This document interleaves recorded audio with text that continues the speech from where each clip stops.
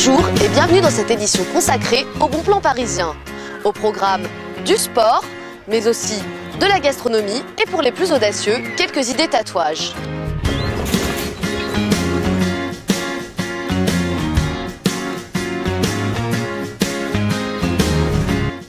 Santé, beauté, forme, voilà le meilleur plan 2013, la Zumba.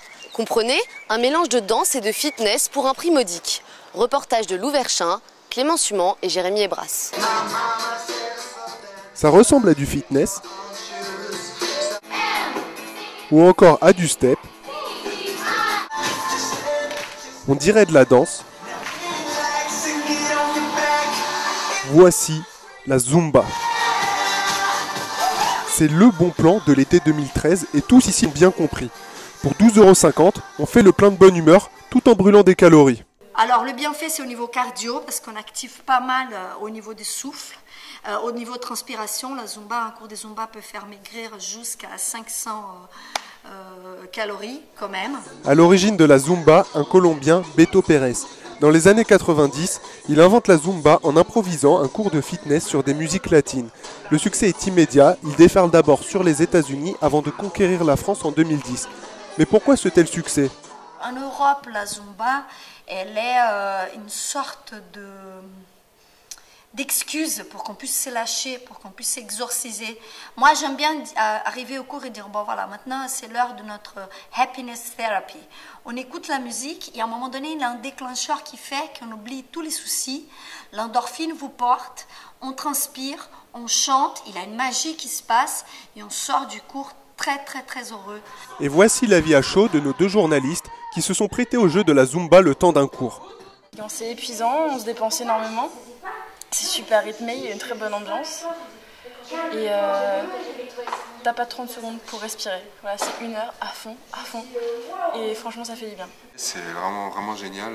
Bon, j'ai pas trop le rythme, mais ça s'est pas trop vu. Super ambiance, avec des super musiques, on transpire et vraiment à refaire.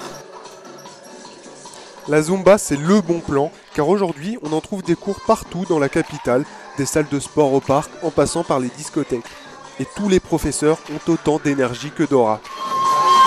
Après l'effort, le réconfort. Une table gastronomique au marché. C'est le pari qu'a fait Brice Morvan, ancien candidat de Top Chef. Il a ouvert un corner restaurant au marché Saint-Martin, dans le 10e arrondissement. Adrien Rivéran et Louis Tapia lui ont rendu visite. Au milieu des fruits et des légumes du marché couvert de Saint-Martin, quelques tables. Celle d'un chef de 35 ans, Brice Morvan. Demi-finaliste de l'émission Top Chef en 2010, il a ouvert son comptoir il y a près d'1 an après un voyage à l'étranger. Allez hop, c'est un voyage à Barcelone, en fait, où on mange beaucoup sur les marchés, c'est très convivial, c'est familial. Et donc voilà, ça m'a donné envie de faire un peu la même chose. Le comptoir ouvre ses portes uniquement le midi. Une quarantaine de couverts est installée chaque jour. Sa spécialité, le hamburger au foie gras. Comptez une quinzaine d'euros pour vous offrir un repas de chef à des prix réduits. Et à côté de la machine, je crois.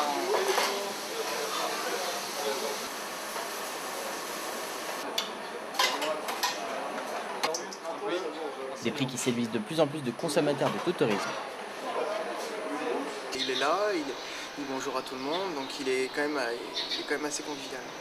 Très bon plan parce que c'est à la hauteur de ce qu'on a mangé, c'est très bon, c'est fin, c'est même au-delà. Très bon accueil, il nous a offert même nos desserts, donc voilà. Il dit qu'il a vraiment pas pris la tête, il veut être accessible à tout le monde et c'est bien. Bien sympathique. Dans un marché, les avantages premiers sont les charges réduites, ce qui permet aux jeunes cuisiniers de casser ses prix et de proposer une nourriture d'excellence à prix abordable. Si le choix de menu est réduit, puisque seuls 3 plats différents sont servis, la qualité est, elle, toujours au rendez-vous. Brice permet également aux clients de s'aguerrir en chef cuistot en proposant des ateliers cuisine. Les ateliers, en fait, c'est un moment de partage, c'est un moment où on passe avec les clients pour passer du temps et puis faire autre chose que cuisiner la tête baissée, la tête dans le guidon.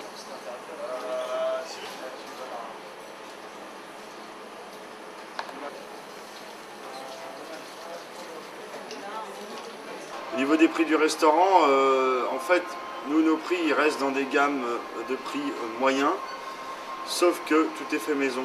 Donc c'est ça qui fait la différence. On a que des produits frais, on n'utilise que des produits frais. Et ça, vraiment, ça marque une grosse différence avec pas mal d'autres restaurants. Brice Morvan présente également un livre sur leur junk food qui lui permettra d'appliquer prochainement ses recettes dans un restaurant Pignon sur rue qu'il ouvrira en fin d'année 2013. Tout le monde a un bon plan. Place à ceux des étudiants parisiens. Charles-Édouard Amakofi et Pierre Vesque sont allés à leur rencontre. Les bons plans dans Paris. Zéro de conduite, c'est un bar en fait qui plonge en enfance. Thermopost, c'est une petite brasserie qui se trouve à côté de Port-de-Vence dans la ville de Malakoff. Dans Salle Bouteille Cupcake, c'est rue Truden, il me semble, dans le 10e. En gros, les cocktails ils sont servis dans des biberons.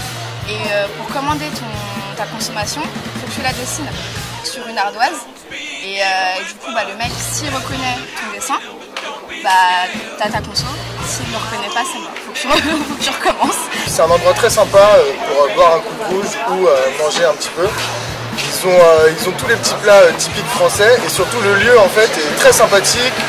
Il y a beaucoup de panneaux et d'encarts très anciens, années 50, années 60, donc ils plongent vraiment dans une ambiance. Et c'est super mignon, quand on rentre là-dedans, on a vraiment l'impression d'être dans une confiserie Disney. C'est tout rose, c'est vraiment super mignon, très féminin par contre. Et pour parler de bons plans, rien ne vaut une spécialiste.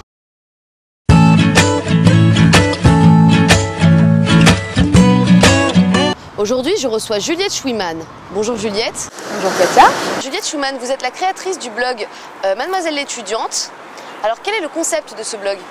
Alors c'est un site internet que j'ai monté avec mon ami que j'ai rencontré cette année dans mon école de commerce, où on parle de tout ce qu'on aime faire dans la vie. Donc ça inclut les bons plans, les musiques qu'on écoute et qu'on aime bien.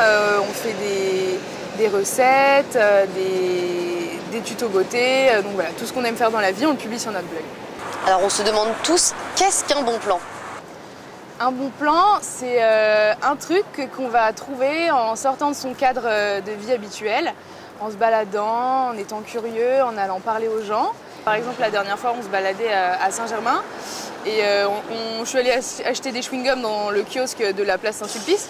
Et donc le vendeur m'a dit à 16h, rendez-vous avec Inès de la Fressange qui va venir pour célébrer les 120 ans des kiosques de Paris parce que ce kiosque était sponsorisé par elle et donc Inès de la Fressange allait venir. Quel est votre bon plan 2013 ? Alors cette année, il y a un truc qui va être vraiment sympa à faire, c'est organisé par le Grand Palais. Donc, qui organise un drive-in géant à l'américaine. Donc il va repasser tous les films, tous les grands classiques du cinéma comme Annie Hall, Psychose, voilà. Et donc on va regarder ces films en fait assis dans des Fiat 500 de nouvelle et d'ancienne génération ou perchés sur une colline aménagée pour vraiment faire le style à l'américaine, le drive-in. Ça va être vraiment sympa à faire, je pense. Dernière question, j'ai un bon plan, je veux le diffuser. Comment ça se passe ? C'est très simple, on va sur le blog donc, de Mademoiselle l'étudiante, on envoie un mail ou on laisse un commentaire. On regarde ce que vous nous avez envoyé, on essaye d'avoir plus d'informations et voilà, si c'est un bon plan qui tient la route et qui est vraiment sympa, on le publie et voilà, comme ça tout le monde est au courant du bon plan et tout le monde peut y aller.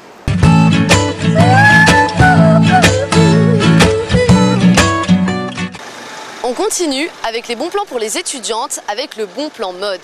Cécile est un ancien mannequin qui propose de vous relooker gratuitement pour le moment. Son arme secrète, donner une seconde vie à votre garde-robe. Un reportage de Sarah Menailly et Constance Billier.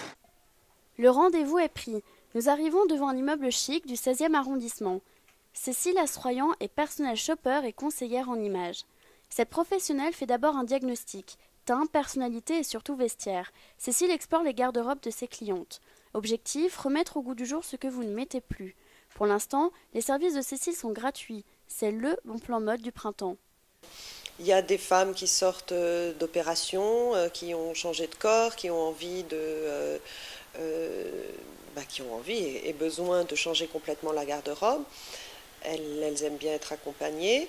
Il y a des personnes qui ont pris du poids ou au contraire perdu, qui veulent changer, ou il y a des personnes pour qui ça fait juste plaisir. Et c'est aussi, ou des personnes qui sont très très occupées, voilà. Et pour elles, ça fait un super gain de temps.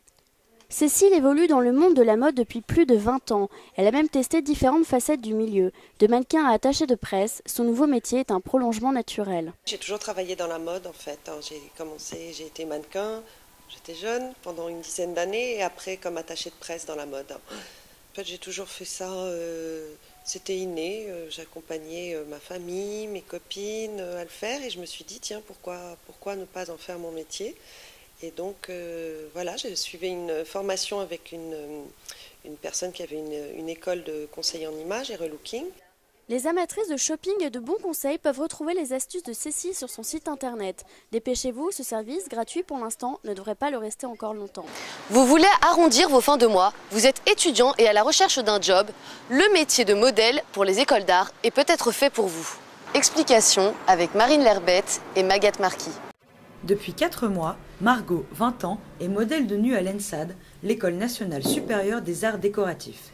Une fois par semaine, et pendant 3 heures, elle sert de modèle aux élèves de cette école renommée. Contrairement à ce qu'on pourrait penser, la nudité ne la dérange pas. Je pensais que ça me ferait très bizarre au début, surtout que j'ai plein de petits complexes comme tout le monde. Mais au final, pas tant que ça, parce que en fait ici il y a une atmosphère tellement apaisante, tellement calme, sereine. Tous, ils en ont vu passer des centaines et des centaines, donc j'ai toujours vu des regards très bienveillants et tout, donc ça m'a posé aucun problème même au début. Mais rester immobile pendant plusieurs heures n'est pas une chose facile, et Margot a parfois besoin de prendre une pause, au risque de s'évanouir. Pour ce travail, Margot est rémunérée 13 € de l'heure. Quand elle pose chez un particulier, elle gagne 20% de plus. Au fil des séances, les étudiants apprivoisent le corps de leur modèle. Avec le temps, ils apprennent à apporter l'essentiel plutôt que le détail à leur peinture. Comme on a toujours le même modèle, finalement on est habitué, donc au fur et à mesure des séances, on commence à mieux connaître son physique, quoi, donc c'est plus facile. Ce professeur accorde beaucoup d'importance à ses modèles. Pour lui, poser, c'est avant tout donner de soi. Et c'est quelque chose que Margot sait très bien faire. Elle tient à s'impliquer par le biais de son corps. Je considère vraiment le corps comme un outil de travail, donc c'est cet outil-là que je mets à disposition des autres pour les aider dans leur création, etc., contribuer à leur création. Et je trouve que ça transcende un peu tout le reste au final. Lorsqu'elle ne prend pas la pause, Margot étudie la comédie. Être modèle lui permet de mettre un peu d'argent de côté pour financer ses études. Elle voudrait intégrer le studio Pygmalion, une grande école pour les futurs comédiens. Mais même si elle a besoin d'argent, Margot sait repérer et éviter les arnaques qui entourent la peinture du nu. On repère très vite les arnaques au premier mail en général. On voit quelles sont les arnaques si il n'y a pas un site attaché au mail sur lequel je peux voir le travail de la personne. Après, c'est pas forcément des arnaques, mais des amateurs qui veulent se rincer l'œil, ils payent très cher. 100 € l'heure de pause en général. Donc je comprends qu'il y ait des filles qui soient tentées, mais vu que je vais faire de mon image mon outil de travail, je ne peux pas permettre qu'il y ait des choses comme ça qui circulent. Si elle intègre le studio Pygmalion comme elle le souhaite, elle n'arrêtera pas de poser pour autant. Être modèle lui apporte beaucoup, pour son futur métier, comme pour la considération qu'elle porte à son corps. Comment se faire tatouer sans se ruiner? Un apprenti supervisé par un professionnel s'occupe de vous. Alexander Moramir et Étienne Cabot ont testé pour vous. Benoît, 28 ans, est apprenti tatoueur. Il a intégré son premier tattoo shop en janvier. Aujourd'hui est un grand jour, il tatoue sur son premier vrai client. Extrêmement méticuleux, Benoît prépare sa salle de tatouage. Il est contraint de respecter des normes d'hygiène très strictes, souvent contrôlées par le syndicat national des artistes tatoueurs. N'importe quel endroit, surface ou liquide qui aura un contact avec un liquide corporel, donc le sang, entre autres, il faut l'isoler, tout simplement. Ben a décidé de vivre de sa passion il y a seulement 3 ans. Encore novice et à la recherche d'une clientèle, il propose des tatouages à moitié prix. Son style, plutôt asiatique. Il est même passé maître dans l'art du dégradé. Benoît a commencé par tatouer des gens de son entourage. Cela lui a permis de progresser et de trouver son propre style. Ce tatoueur passionné reste lucide sur la profession. Cette technique, comme je l'ai dit, tu l'as avec le temps. En gros, et je pense pour être vraiment, enfin tous les grands tatoueurs, c'est avant tout déjà la passion et la détermination, quoi. En fait, tout simplement, quoi, quand tu lâches pas l'affaire et que tu apprends sans arrêt et que tu te remets en question, ouais. Tu vois, c'est là que tu deviens un tatoueur aguerri parce que la technique elle viendra forcément avec le temps.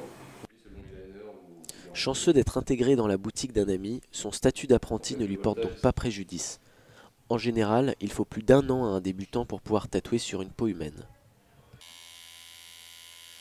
C'était un espèce de nœud. Chaque jour, il perfectionne ses dessins. Il a beau être apprenti, son implication est totale et le rendu à la hauteur des attentes. Benoît est plutôt sûr de lui, mais Jean-Baptiste, son patron, ne sera jamais loin pour aider son poulain. Fais bien gaffe vraiment à bien nourrir de A à Z, tu vois, quand tu vas avoir des petits manques comme ça, c'est con quoi d'avoir juste un manque ici. Celui-ci aussi tu peux le retaper léger, mais vraiment tu nourris tout tranquillement, sinon c'est très bien. Vas-y ma poule, tu fais du remplissage après? Je suis d'accord. Tu fais du remplissage? Ouais, je fais pas mal de mon bras.